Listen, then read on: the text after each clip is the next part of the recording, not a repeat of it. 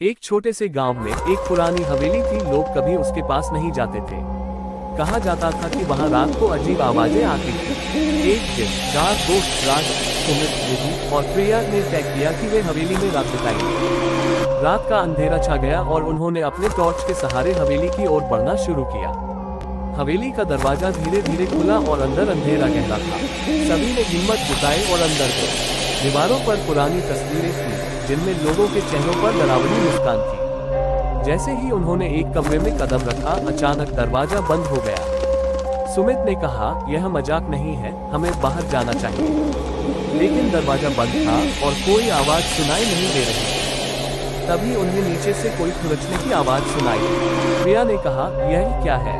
अचानक एक ठंडी हवा चली और दीवारों पर चिढ़ाने वाले चेहरे उभरने लगे।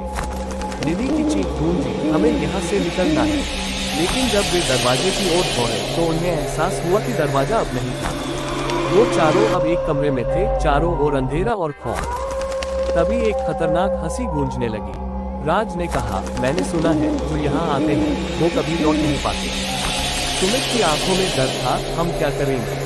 तभी एक चेहरा दीवार पर प्रकट हुआ जो उनकी ओर घूर रहा था। वो सभी समझ गए कि अब उनकी किस्मत में केवल खौफ और अंधेरा था। उनकी चीखें हवेली की दीवारों में समा गईं और तब से कोई नहीं जानता कि वे कहाँ गए। हवेली आज भी खड़ी है।